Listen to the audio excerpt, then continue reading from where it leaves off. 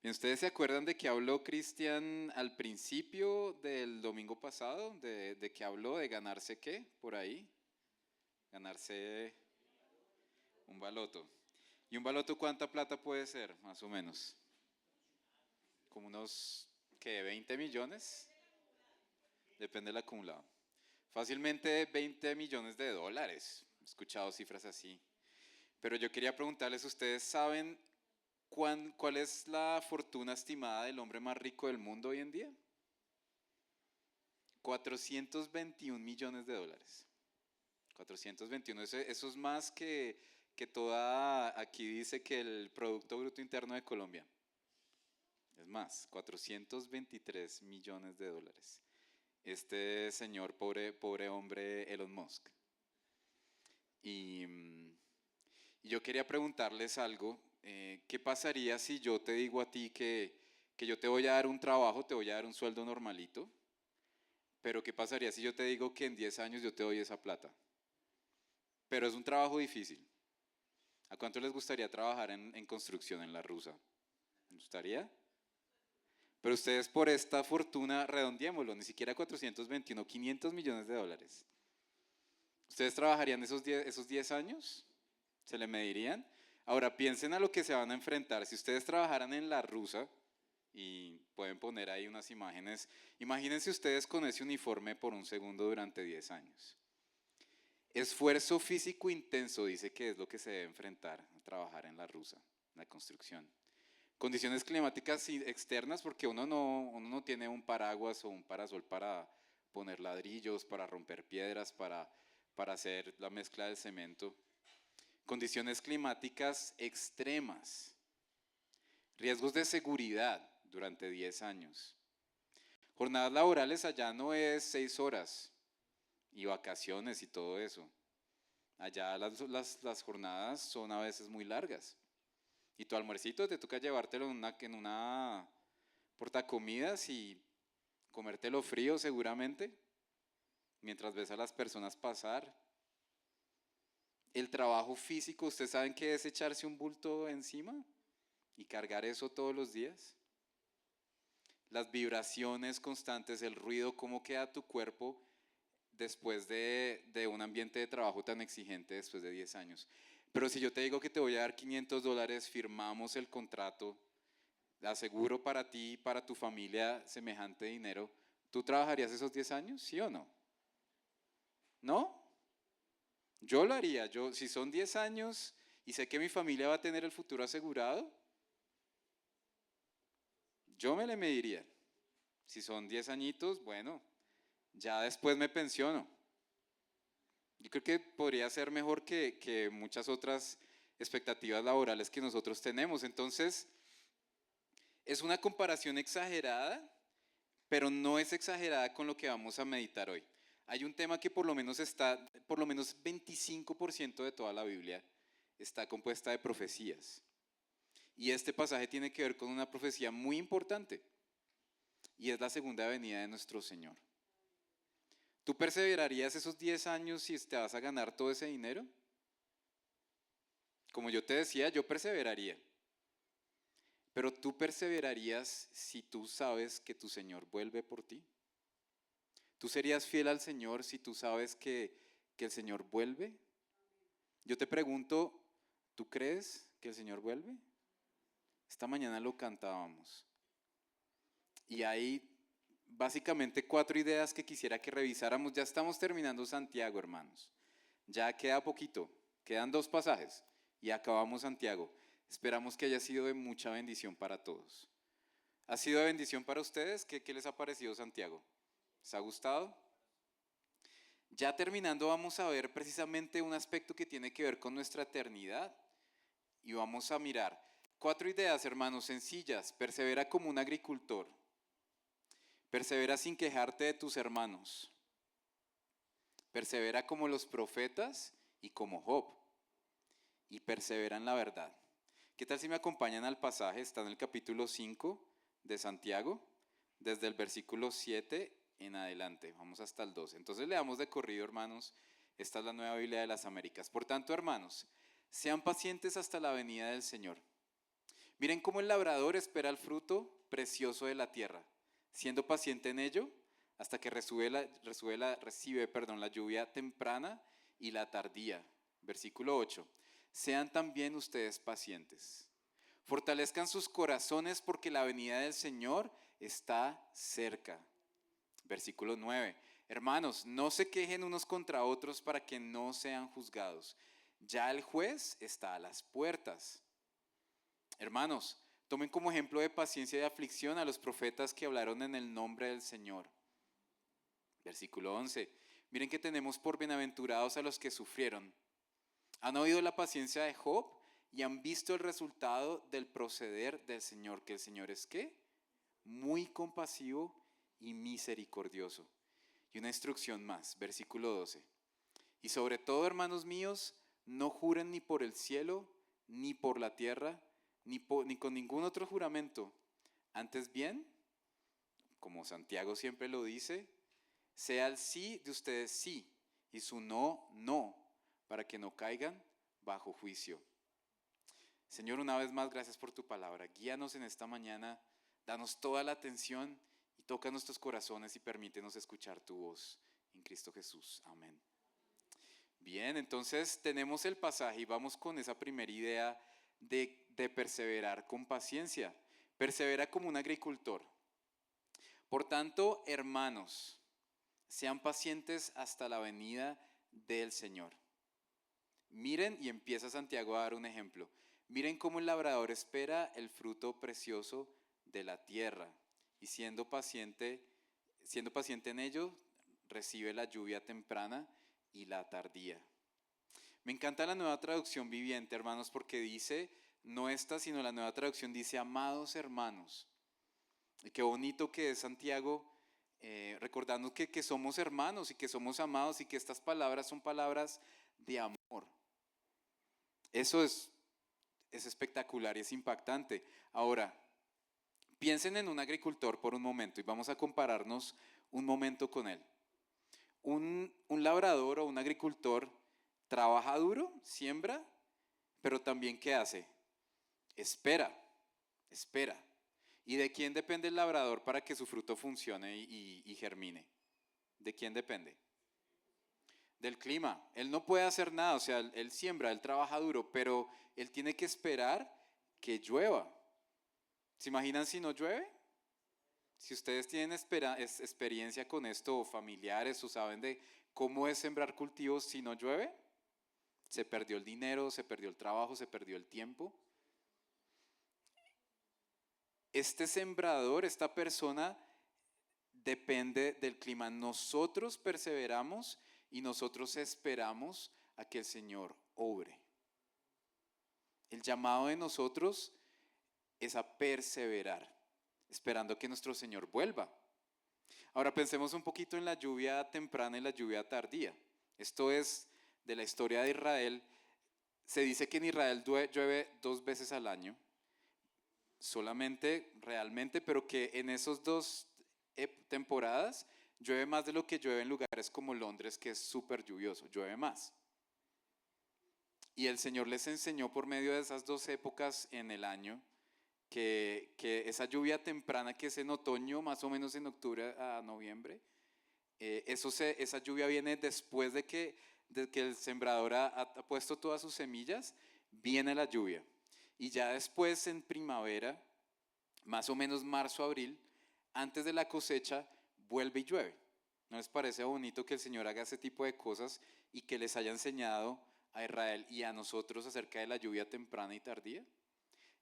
En la Biblia tiene muchos significados, pero es la provisión del Señor.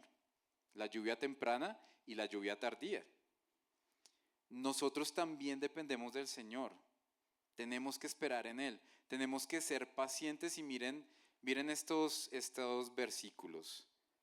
Miremos un poquito, bueno, pensemos en el pasaje siguiente y denme un segundo acá. Vamos un poquito más adelante y miremos en Hebreos capítulo 10 versículos 36 al 39. Y creo que leamos, antes de eso, devuélvete un segundo y miremos un segundo el versículo 8. El versículo 8 dice que nosotros debemos ser pacientes como ese agricultor y que fortalezcamos nuestros corazones. La Reina Valera dice, afirmad vuestros corazones. ¿Por qué? Porque la venida del Señor está ¿qué? Está cerca. ¿Tú crees firmemente en tu corazón eso? Yo no sé, hermanos, uno se levanta a trabajar todos los días y uno no es que esté pensando en la segunda venida del Señor todos los días.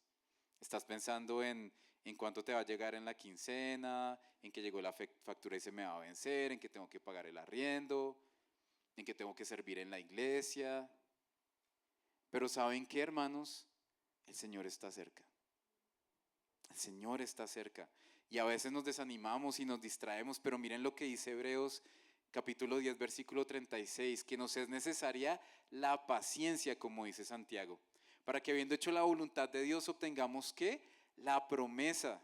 Y este versículo es hermoso porque aún un poquito, y el que ha de venir vendrá y no tardará. Amén.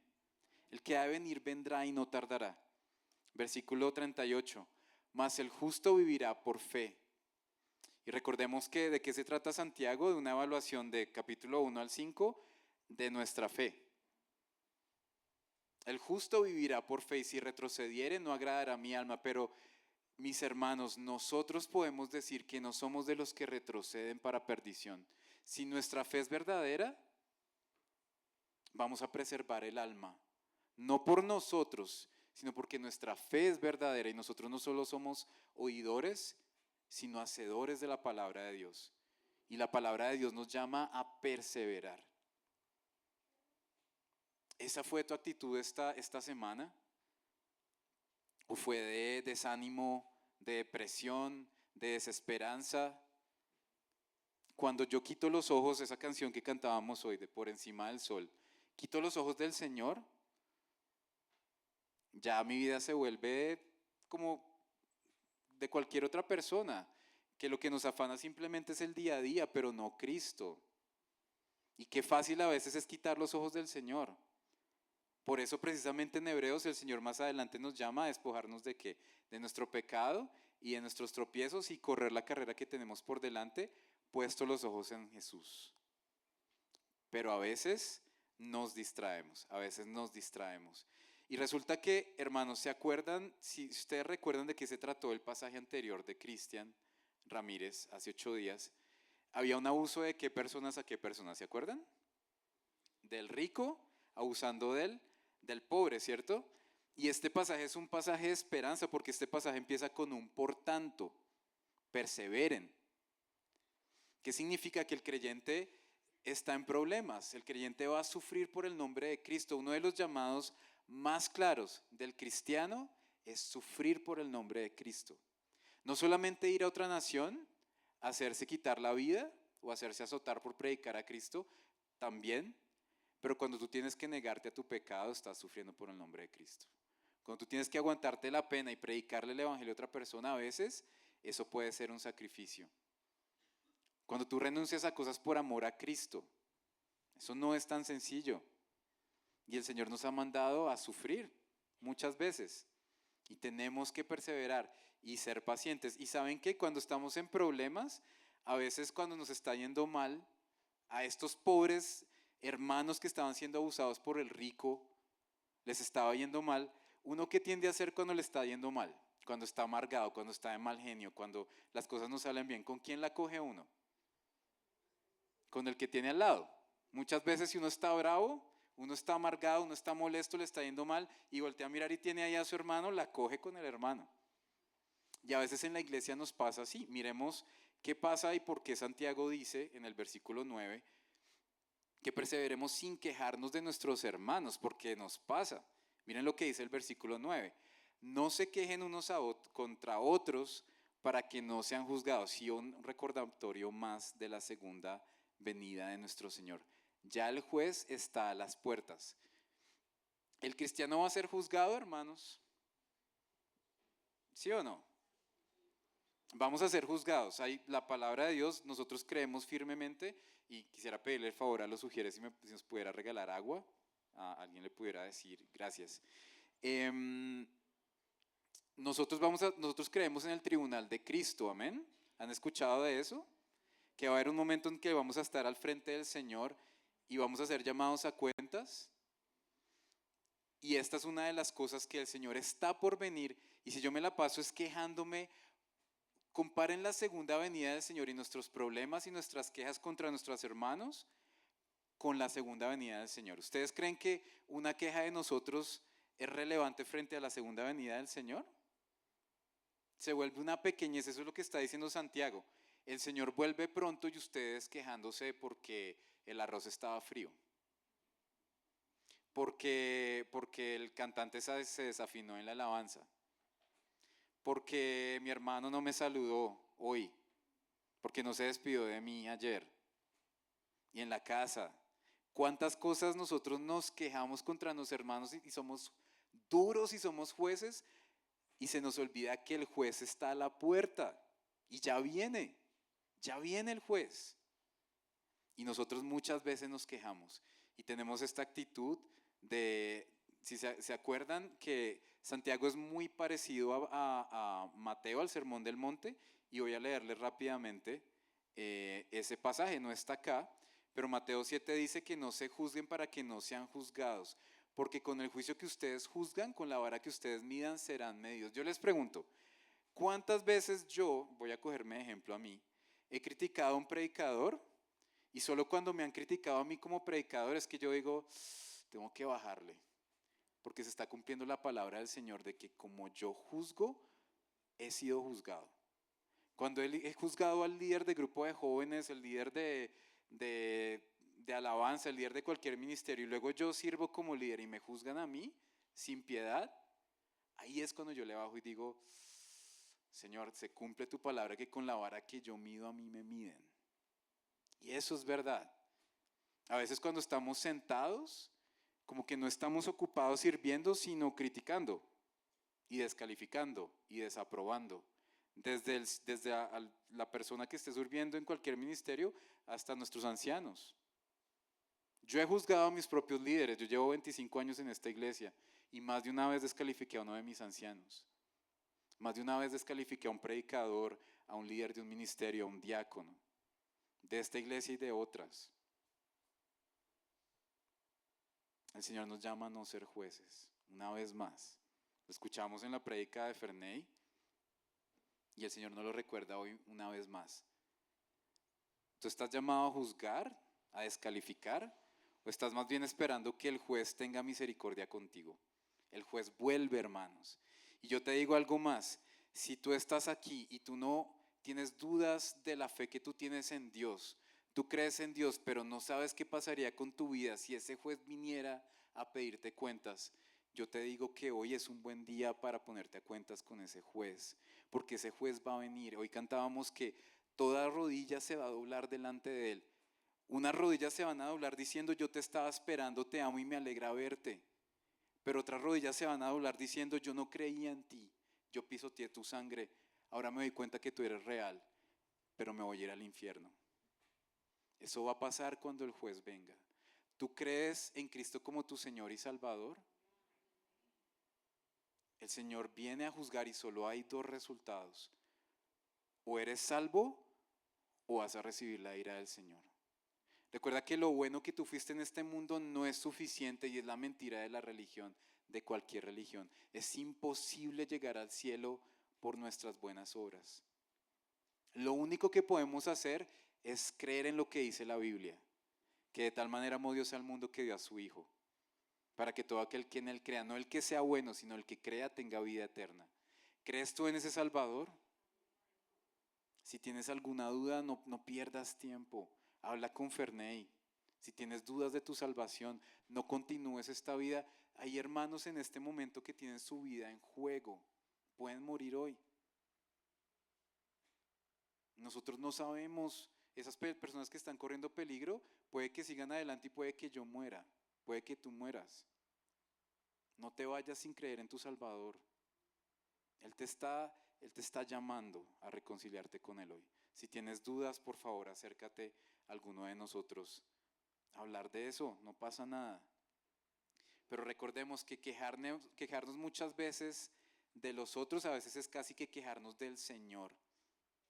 Juzgar el pecado de mi hermano es haber perdido mi paciencia y mi perseverancia. El Señor me está llamando a perseverar, pero cuando yo critico,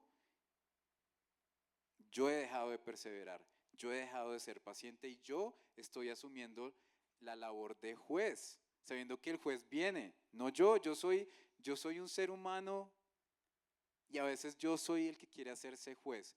Que el Señor nos guarde de eso porque son pequeñeces y nuestro Señor vuelve. Preparémonos más bien para ese juicio. Amén. Ahora, si nuestro Señor vuelve, mis hermanos, que nosotros podamos llevar este mensaje. Porque allá afuera, si tú sales acá a este momento, a la calle, y vas a una tienda o vas en Transmilenio, ¿cuántas de esas personas van a ser juzgadas para condenación? ¿Y cuánto podemos hacer nosotros para seguir predicando el Evangelio de Cristo, sabiendo que el Señor predestinó a los que han de ser salvos, pero nosotros somos los llamados a predicar? Tenemos que predicar porque ese juez no demora en llegar y nosotros lo creemos profundamente. Ahora quisiera que viéramos unos ejemplos más y vamos a seguir adelante. Vamos a seguir al versículo 10. Miremos lo que dice ese versículo. Dice que perseveremos como los profetas y Job, es lo que vamos a ver en este momento. Versículo 10 dice: tomen como ejemplo de paciencia y aflicción a los profetas que hablaron en el nombre del Señor. ¿Ustedes se acuerdan de esos profetas? Todo lo que ellos tuvieron que sufrir. Podemos hacer un pequeño repaso de ese versículo 10. Paciencia y aflicción de lo que estos varones, de lo que estos profetas sufrieron. ¿Se acuerdan, por ejemplo, de Elías? Elías que estaba solo, tuvo que experimentar mucha soledad, mucho aislamiento. Él se la pasaba en el desierto durante muchos años solo por amor al Señor. Era alimentado por cuervos en una sequía. Y tuvo que enfrentar a todo el pueblo de Israel, un pueblo idólatra. Y oró porque cayera fuego del cielo, cayó fuego del cielo. Ellos volvieron a empezar a creer en el Señor.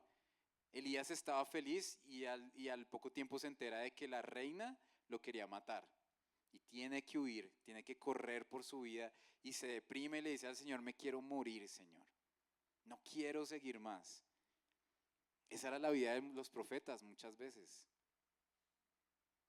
Elías tuvo que correr peligro y estar aislado y sufrir diferentes pruebas físicas y emocionales.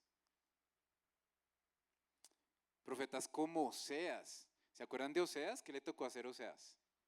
¿Se tuvo que casar con quién? ¿Se acuerdan? Con una prostituta. El llamado de Oseas fue: ve y cásate con esa prostituta, que yo quiero exhortar a mi pueblo de que así se están comportando ellos. Y él tuvo que casarse con una prostituta y esa prostituta efectivamente se fue con otros hombres y el Señor lo mandó a ir a restaurarla y a traerla y a tratarla como su esposa. ¿Ustedes se imaginan lo que es eso? Que el Señor haya llamado a un profeta a hacer eso. Pruebas físicas y emocionales, amenazas de muerte, martirio. Se dice que Isaías, dice en la historia judía, que fue aserrado en dos. Hebreos habla de que hubo personas que fueron aserradas. Se dice que a Isaías, uno de los profetas más impactantes de todo el Antiguo Testamento, terminó partido en dos por el nombre del Señor, por hablar de Cristo, que el Mesías iba a venir. A Jeremías, ¿ustedes saben cuál fue el llamado de Jeremías? El Señor le dijo: vas a predicarle a este pueblo, pero no te van a escuchar. Ese fue el llamado de Jeremías. Lo que tú vas a hacer es lamentarte por ese pueblo, por eso él escribió Lamentaciones. ¿Ustedes se imaginan el llamado de un profeta así? Tú vas a ir a predicar al África, pero nadie te va a escuchar. Y toda tu vida te van a rechazar. Al pobre Jeremías lo metieron en una cisterna llena de lodo. Lo tuvieron que sacar con cuerdas. Muchas veces su vida estuvo en peligro. Y el Señor nos llama a ser como ellos.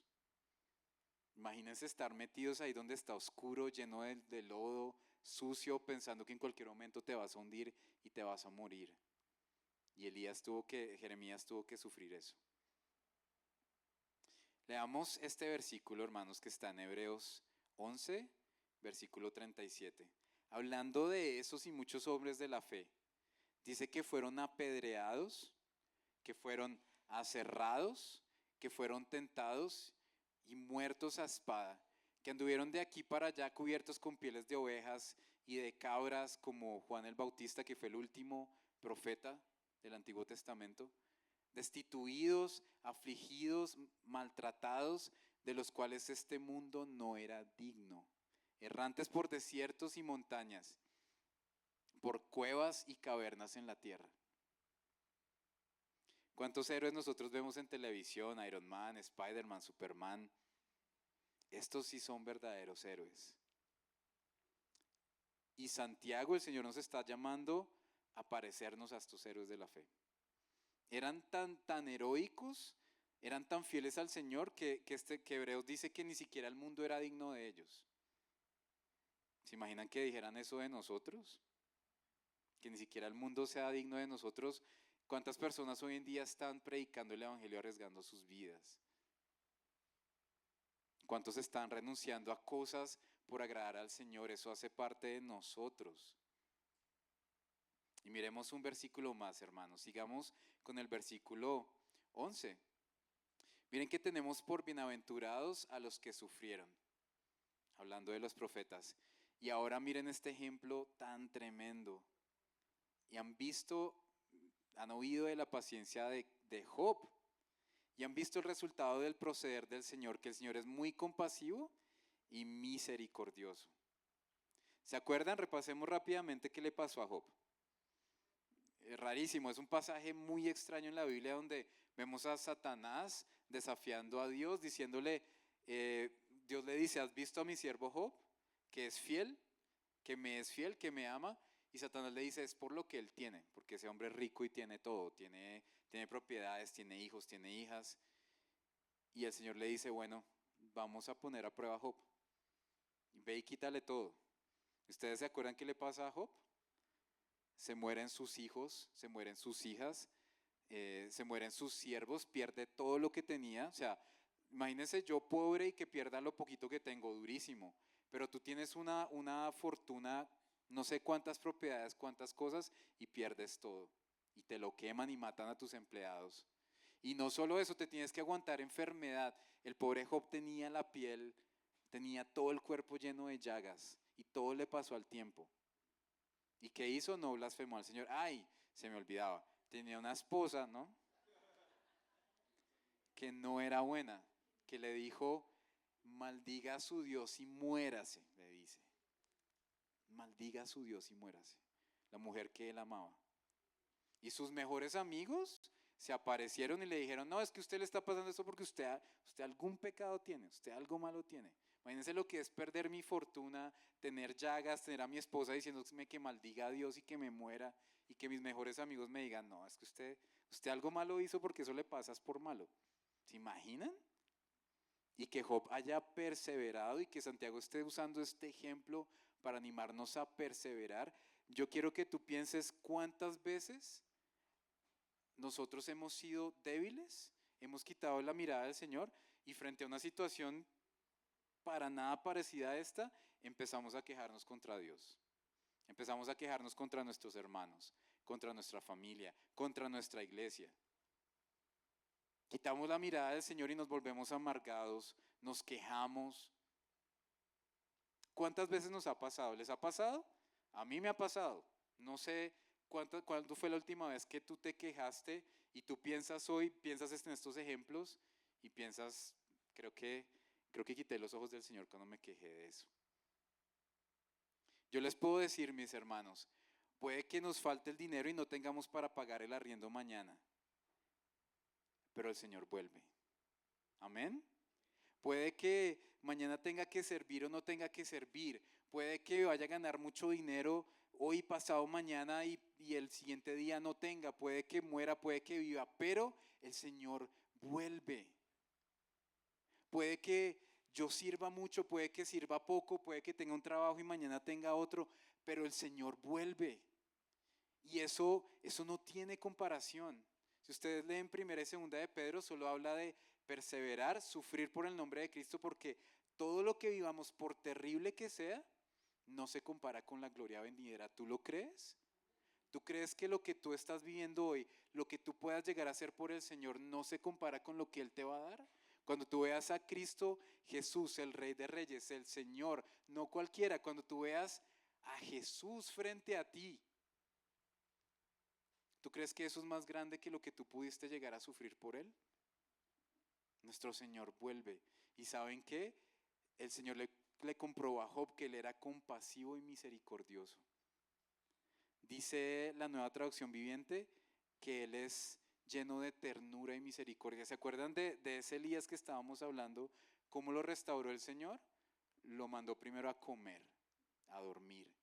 Y después le permitió escuchar truenos y relámpagos y ruidos y cosas que aterrorizan. Y en la ternura y en el silencio le permitió escuchar su voz. Y lo sacó de una depresión. Lo sacó de su crisis existencial. A Job le devolvió el doble de lo que tenía. El doble.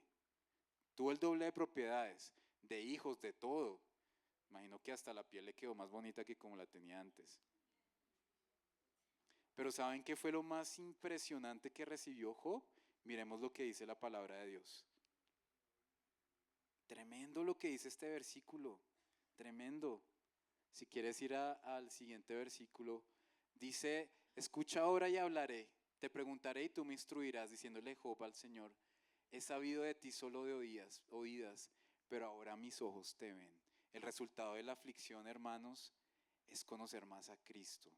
Job recibió el doble, pero eso no se comparaba con lo que él verdaderamente recibió y entendió, y era que pudo conocer al Señor profundamente, profundamente. ¿Qué gozo se puede comparar a ese, hermanos? A conocer a Jesús. Sí, las cosas salen mal, nadie me quiere hablar, nadie me quiere, todos me odian. ¿Se acuerdan de esa canción? Como gusanitos, ¿se acuerdan de esa? Pero como dice el salmista, si te tengo a ti, nada quiero en la tierra. Ese salmista sabía que tenía a Cristo y también sabía que se iba a reunir con Él. A veces, yo no sé, como que se nos olvida la segunda venida de nuestro Señor. Perseveremos como Job, perseveremos como los profetas, que no les temblaba la mano para sufrir. Por eso mismo fue que los discípulos murieron por el Señor. El Señor les dio ejemplo y Él fue mártir. Jesús murió por este mundo. ¿Y qué pasó con los discípulos? A Pedro dicen que lo crucificaron de cabeza. A Juan le pusieron un aceite caliente y murió por allá solo en una isla. A Pablo lo decapitaron. Dicen que a Santiago lo tiraron de un pináculo y no murió y lo arrastraron con un caballo hasta que muriera. A Esteban lo mataron a piedra.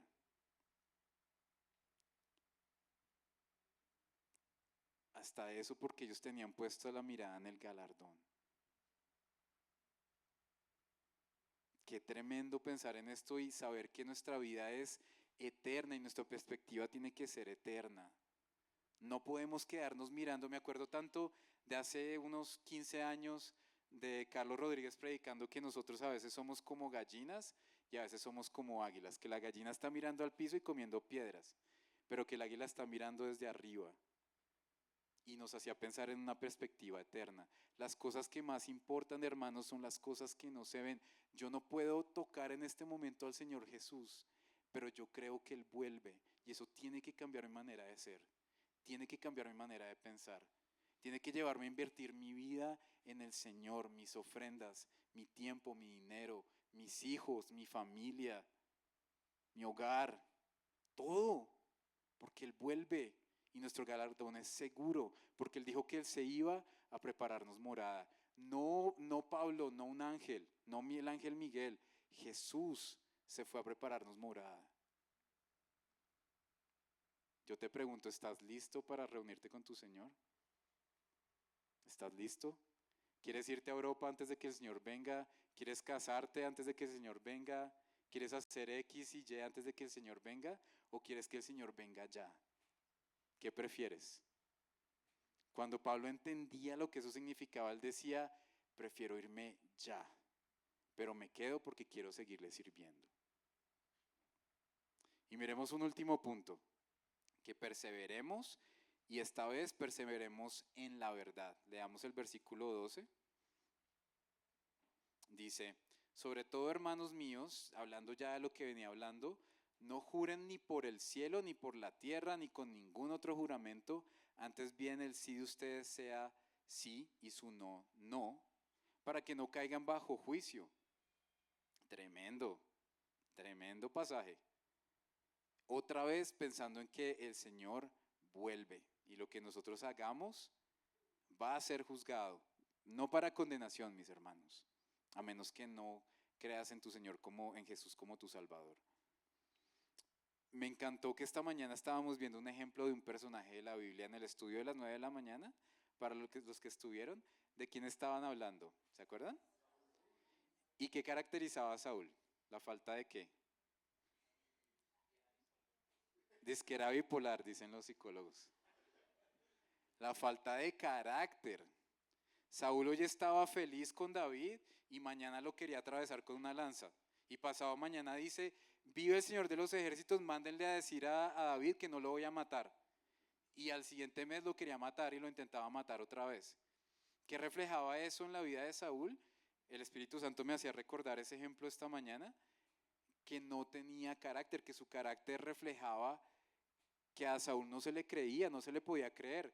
David era como, ya me dijo que no me va a matar, pero yo no le creo. Yo no voy a salir, porque seguro me mata. Si nuestro sí no es sí, nuestro no es no, nosotros no somos veraces, hermanos. ¿Cuántas veces nos ha pasado que tenemos que decir muchas veces, vea, le juro por mi familia, le juro por lo que yo tengo, le juro por mi propia vida que yo le voy a cumplir? ¿Por qué? Porque muchas veces hemos mentido, entonces ya no nos creen. ¿Sí? Qué importante es, y vean lo que dice Mateo en el capítulo 5, otra vez en el Sermón del Monte, Santiago pensando en Jesús y en su Sermón del Monte, dice, los antiguos han dicho no perjurarás, sino cumplirás la ley del Señor y sus juramentos. Pero yo les digo, no juren en ninguna manera ni por el cielo, porque es el trono de Dios, ni por la tierra, porque es el estrado de sus pies, ni por Jerusalén, porque es la ciudad del gran rey. Ni por tu cabeza jurarás, ni siquiera por ti mismo, porque no puedes hacer blanco o negro un solo cabello.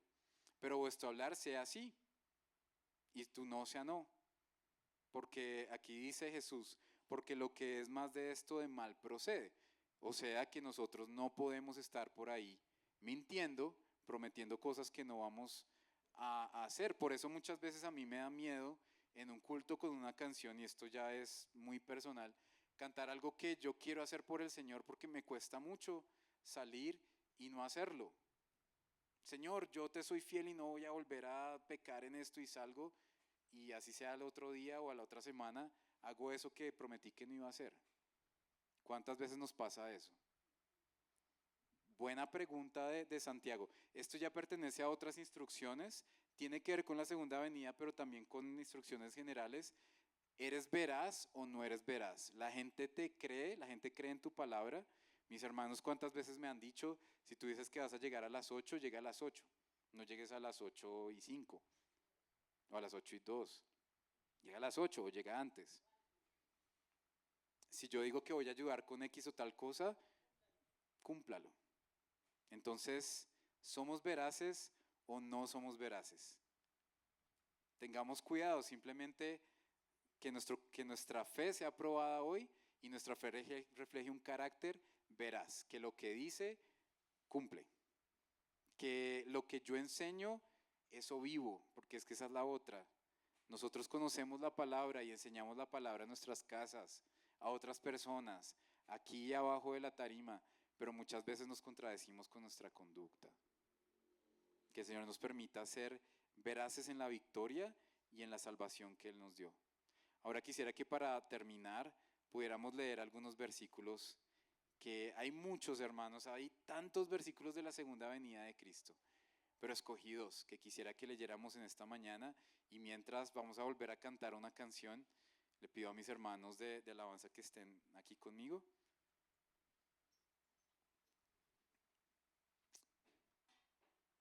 Pongámonos de pie, mis hermanos, para leer estos pasajes.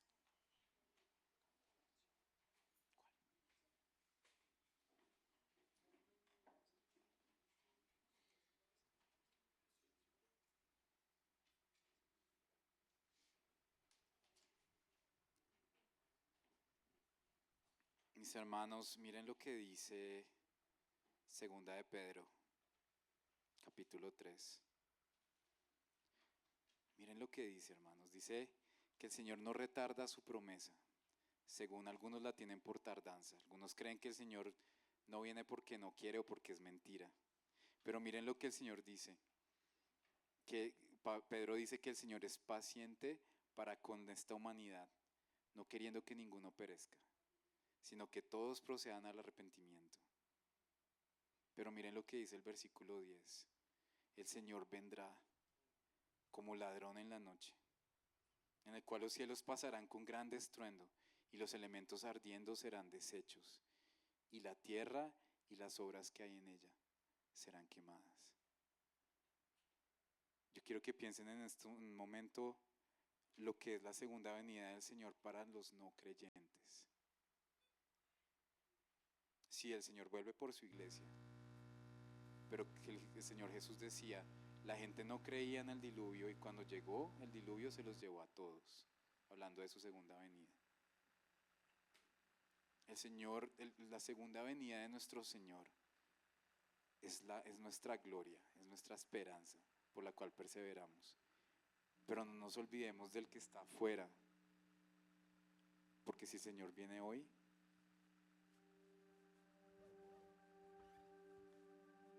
yo creo que solo por fe podemos dimensionar qué va a ser la segunda venida del Señor para este mundo. Solo la fe nos permite entender eso. Este mundo no va a sobrevivir a la segunda venida del Señor. Nosotros sí, qué bueno. Pero ¿y la gente? ¿Y Bogotá? ¿Y nuestros vecinos? ¿Nuestros compañeros de trabajo? ¿Y nuestros familiares? ¿Qué va a pasar con nuestros primos, nuestros hermanos, nuestros padres, nuestros abuelos, si el Señor viniera hoy? Tú no te imaginas lo que es el juicio del Señor. Y Jesús lo dijo, es la persona en la Biblia que más habló del infierno, Jesús. Porque Él ama las almas, y porque Él las ama, nosotros tenemos que amarlas. No es suficiente lo que nosotros podemos hacer por nuestro Señor. No es suficiente. Vale la pena hacer lo que sea, hermanos.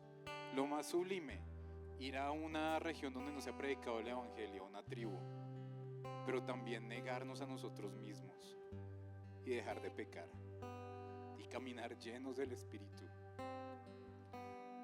para que cuando prediquemos el evangelio, hermanos, prediquemos llenos del Espíritu, con el poder del Espíritu Santo, no con la pólvora mojada, hermanos, porque cuando yo evangelizo en pecado no pasa nada si el Señor no quiere. Pero si yo predico lleno del Espíritu Santo, se pueden convertir muchos si el Señor quiere. Si el Señor quiere. Él está esperando que nosotros sigamos predicando, pero puede venir ya, antes de que se acabe este culto. Mis hermanos, más seguro que el almuerzo que te vas a comer hoy es la segunda venida de Cristo. ¿Tú lo crees? Nuestro Señor vuelve. Y no importa nada de lo que pasa en esta tierra, el Señor vuelve. Miren lo que dice Apocalipsis 22.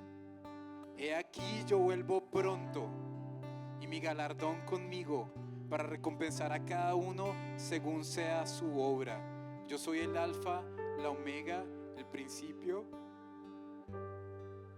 y el fin, el primero y el último. Ánimo, mis hermanos, ánimo. Esfuérzate por Él, sufre por Él, descubre tus dones, descubre tu llamado. La voluntad del Señor no es solamente nuestro beneficio económico, es que descubramos la razón de ser para nuestras vidas como cristianos y que hagamos lo que sea que Él nos llame a hacer. ¿Qué estás dispuesto a hacer por el Señor, sabiendo que Él te lo va a recompensar? no son 400 millones de dólares, es Cristo cara a cara. Por eso los discípulos se sentían privilegiados de que les abrieran las espaldas a latigazos, porque sabían cuál era su galardón. Neguémonos a satisfacer nuestra carne, oremos más, busquemos más al Señor. Nuestra ciudadanía está en los cielos, dice Filipenses 3:20. Y anhelemos su venida. Digámosle al Señor que vuelva y declaremos una vez más que Él volverá. Cantemos esta canción y afirmemos esa verdad en nuestro corazón, que el Señor vuelve. Cantémosle una vez más que Él vuelve. Cristo volverá, todo ojo le verá. Y Él no tardará. Él no tardará, para siempre reinará. Y toda rodilla se doblará. Las rodillas se doblarán, toda lengua confesará que Jesús es Cristo. Volverá, todo ojo le verá.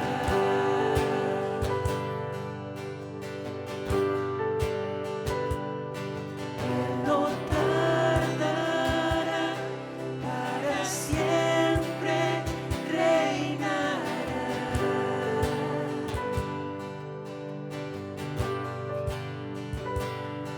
Las rodillas se doblarán y toda lengua confesará que Jesús es el Señor.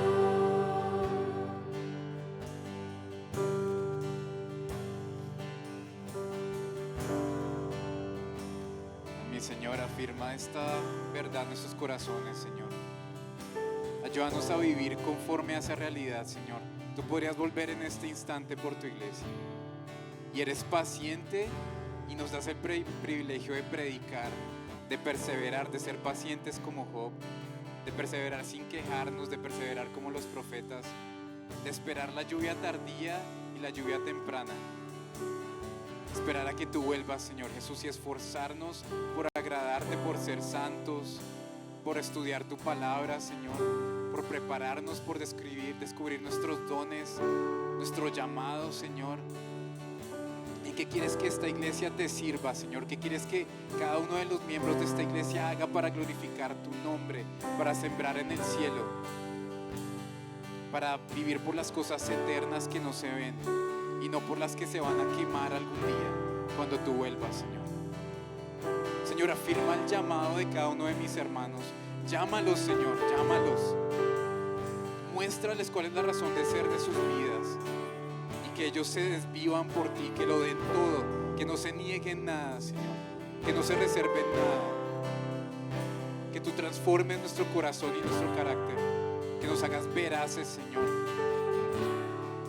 Y vuelve pronto, Señor, vuelve pronto. Te cantamos, ven, Señor Jesús, vuelve pronto, vuelve pronto, Señor.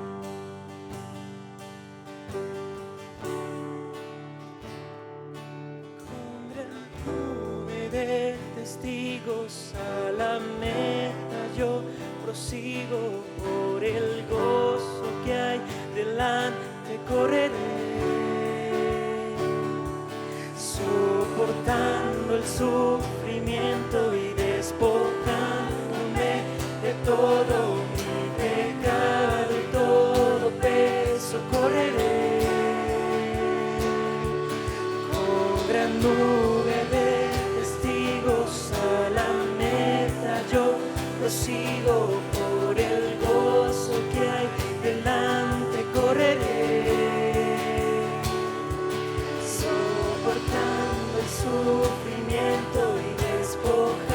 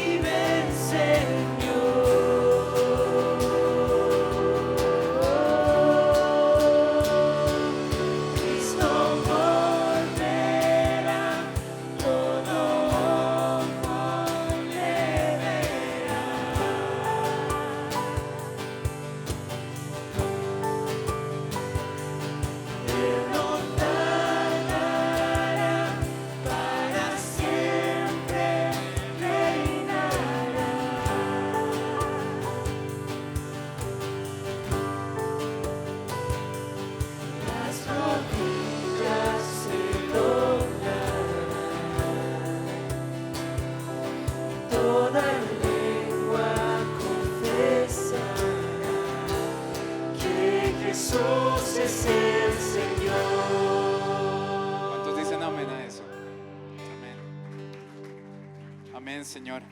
Amén.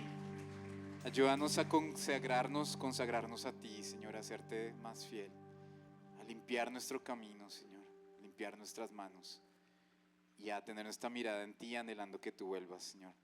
Que así sea esta semana y que así sea este año en Cristo Jesús. Amén.